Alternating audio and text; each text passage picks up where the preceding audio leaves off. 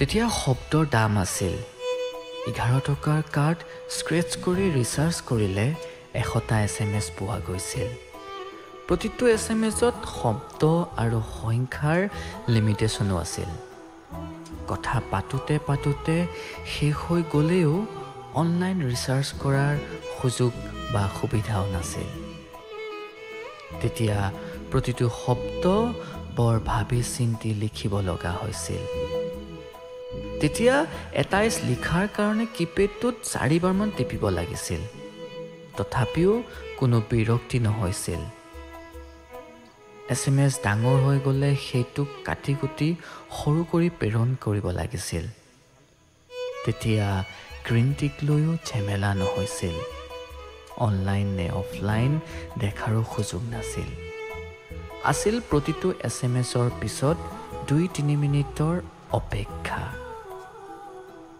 আকৌ ৰাতি good night আৰু পুৱা গুড মৰ্ণিং কোৱাৰ কাৰণে বেলেগকৈ SMS বচাই ৰখা। তেতিয়া ইমজিও নাছিল।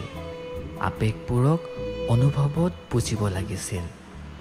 তেতিয়া শব্দৰ দাম আছিল, আবেগৰ দাম আছিল, অপেক্ষাৰ দাম আছিল, এফৰ্টছৰ দাম আছিল।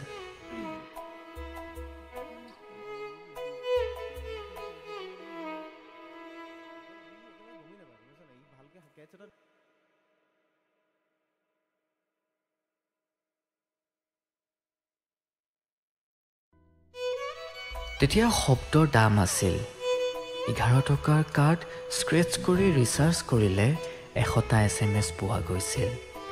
প্ৰতিটো SMSত শব্দ আৰু সংখ্যাৰ লিমিটেশ্যনো আছিল। কথা পাতোতে শেষ হৈ গ'লেও অনলাইন ৰিচাৰ্জ কৰাৰ সুযোগ বা সুবিধাও নাছিল। তেতিয়া প্ৰতিটো শব্দ বৰ ভাবি চিন্তি লিখিব লগা হৈছিল। তেতিয়া এটাইচ লিখাৰ কাৰণে কিপেডটোত 4বাৰমান টিপিব লাগিছিল। তথাপিও কোনো বিৰক্তি নহৈছিল। SMS ডাঙৰ হৈ গ'লে সেইটোক কাটি কুটি সৰু কৰি প্ৰেৰণ কৰিব লাগিছিল।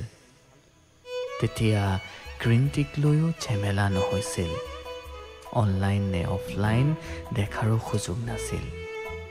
আছিল প্ৰতিটো SMSৰ পিছত 2-3 মিনিটৰ অপেক্ষা। আকৌ ৰাতি গুড নাইট আৰু পুৱা গুড মৰ্ণিং কোৱাৰ কাৰণে বেলেগকৈ SMS বচাই ৰখা। তেতিয়া ইমজিও নাছিল। আবেগবোৰক অনুভৱত বুজিব লাগিছিল। তেতিয়া শব্দৰ দাম আছিল, আবেগৰ দাম আছিল, অপেক্ষাৰ দাম আছিল,